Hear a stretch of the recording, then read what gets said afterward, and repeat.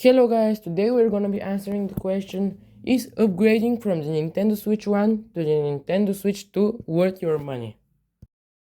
The Nintendo Switch didn't just change the game, it completely redefined the rules. It seamlessly blended a home console with a go anywhere handheld and gave us one of the most legendary game libraries of all time. But after years of faithful service, we are all asking the same question: what's next? Well, this is what's next. On paper, the Nintendo Switch 2 is an absolute monster, but is that massive leap in power really worth your money? Today, we are putting them head to head. Specs, design, gameplay, and the all important price tag to help you decide if it's finally time to upgrade. Let's start with the guts of these machines, because this isn't just an upgrade, it's a total overhaul. The original Switch runs on a custom Nvidia Tegra X1 chip, which, let's be honest, was already getting a bit old when it launched back in 2017.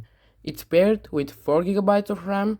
It worked wonders for what it was, but it's the main reason a lot of big modern games had to skip the Switch or make some serious visual sacrifices.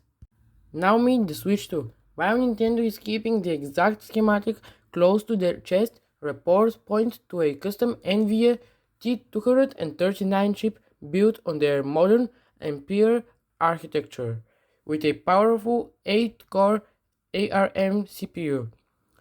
The real story though is the graphics. This new hardware brings two game-changing technologies to a Nintendo handheld for the first time: real-time ray tracing for unbelievably realistic lighting, and shadows and DLSS or deep learning super sampling is an AI-powered trick that boosts frame rates while keeping the picture sharp. It's pure magic. To feed that new GPU, the Switch 2 is packing 12GB of much faster LPDDR5 RAM. What does that actually mean for you? It means developers can build bigger, denser worlds, and those loading screens that felt like an eternity might just become a thing of the past. And finally, storage. The original Switch launched with a tiny 32GB of internal space, a constant headache for anyone who actually buys games from the eShop. The Switch OLED had a better 64GB, but it still wasn't good.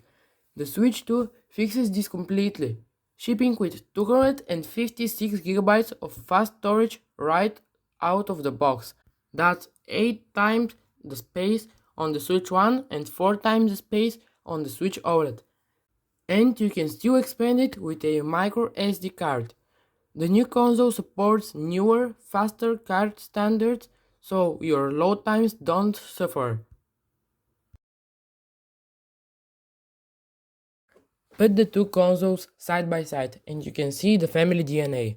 But the Switch 2 is clearly the bigger, more confident sibling.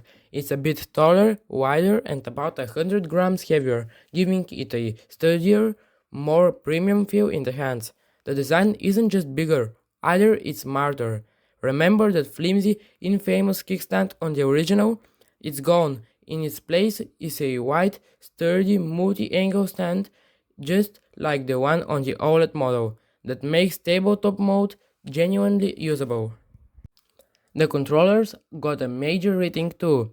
The new Joy-Con tools are slightly larger and more ergonomic to fit the new frame, but the biggest change is how they connect. The old side-on-rail system, which was a weak point for a lot of people, has been replaced by a sick magnetic snap-on system. It's a small thing, but it feels so much more modern and satisfying. It's also way more secure. Nintendo also added a fantastic quality of life feature, a second USB-C port. Now there's one on the bottom like before and a new one on the top. This means you can finally charge the console in tabletop mode without some awkward cable sticking out of the bottom. It's the little things that make a big difference. This is maybe the most dramatic upgrade of all. The original Switch has a 6.2-inch 720p LCD screen.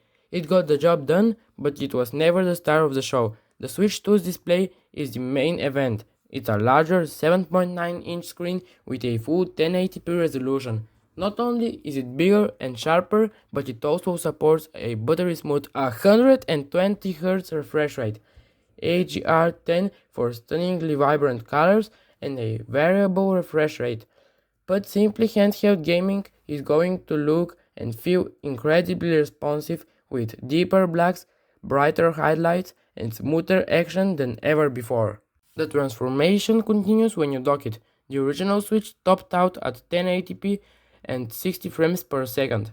The Switch 2, thanks to all that new power and DLSS, can push games up to a full 4K resolution. Depending on the title, it can hit 4K at 60Hz or even target 1440p at a blistering 120Hz.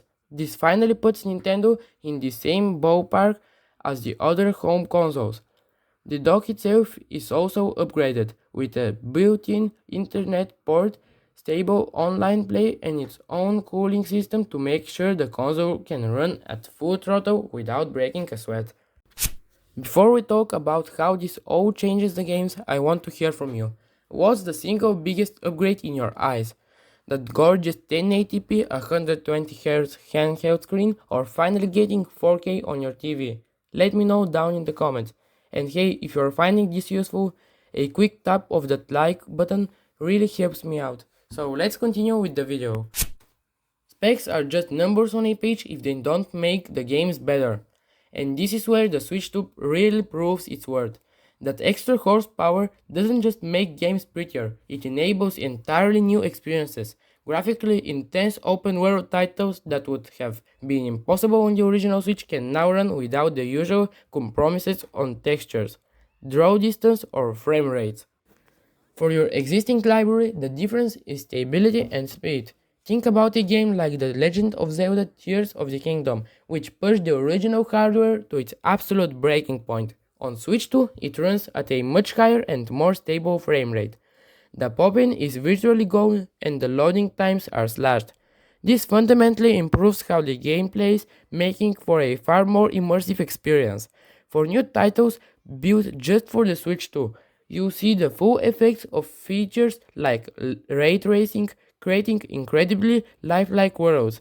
It's not just an improvement, it's the kind of leap you have to see to believe. Here's the million-dollar question for any console upgrade. Will my old games still work? With the Switch 2, the answer is a very confident yes for the most part.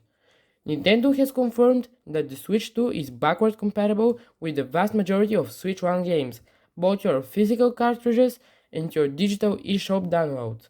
When you sign in with your Nintendo account on the new machine, your library will be right there waiting for you. Now there are a few exceptions. Some peripherals, like the cardboard Nintendo Labo kits, won't work simply because the new console has different dimensions, and while the compatibility rate is very high, a handful of older games might have some minor glitches. Nintendo is actively patching titles and keeps an official list on their website, so you can check on any specific games you're worried about. But for almost everyone, your years of collecting Switch games have paid off. You can bring them with you. All this new power has to come from somewhere, and that brings us to the battery. The revised 2019 model of the original Switch gave you a pretty decent 4.5 to 9 hours of playtime. The Switch 2 does have a larger battery, but its powerful new hardware and high-resolution screen are thirsty. As a result, the estimated battery life is between 2 and 6.5 hours, depending on what you're playing. It's a noticeable drop, and it's something to keep in mind if you're a frequent traveler who plays mostly in handheld mode. This is quite simply the price you pay for this kind of power. And now we've reached the final and for many the most important category, the price. The original Nintendo Switch launched at $300 and is currently at $340. The new Nintendo Switch 2 is hitting shelves at $450. That $110 difference is significant, but you have to look at what you're getting for it. You're not just paying for a slightly faster Switch, you're paying for a massive technological leap. The jump to 4K, that beautiful handheld screen, the vastly more powerful internals, and features like DLSS put the Switch 2 in a whole other league. Be prepared for game prices to climb too, with some major first-party titles now launching at $70 or even $80. So let's circle back to that first question. Is this massive leap in power worth your money? The answer really depends on the kind of player you are. If you're a dedicated gamer who craves the best possible performance, wants to see Nintendo's incredible games looking their absolute best, and values high-end graphics both at home and on the go, then yes, it's an easy decision. The Nintendo Switch 2 is a phenomenal piece of tech that delivers a true next-gen experience. However, if you're a more casual player and you're perfectly happy with how the original Switch runs, or if budget is your main concern, then the choice is tougher. The original Nintendo Switch still has one of the greatest game libraries ever made, and it's now more affordable than ever. It doesn't suddenly become a bad console just because a new one showed up. The Switch 2 is for enthusiasts who really want to be cutting the edge. The original Switch remains an amazing value for anyone who just wants to jump in and play. So, if you want to spend more money and get a more powerful console, the choice is up to you. And that's our breakdown of the Nintendo Switch 1 versus the Nintendo Switch 2. Which one are you leaning towards? And for everyone planning to upgrade, what's the one feature you absolutely can't wait to try? Let me know everything in the comments below. If you enjoyed the comparison, please give the video a like and be sure to subscribe for more Nintendo content. Thanks for watching and I'll see you in the next one.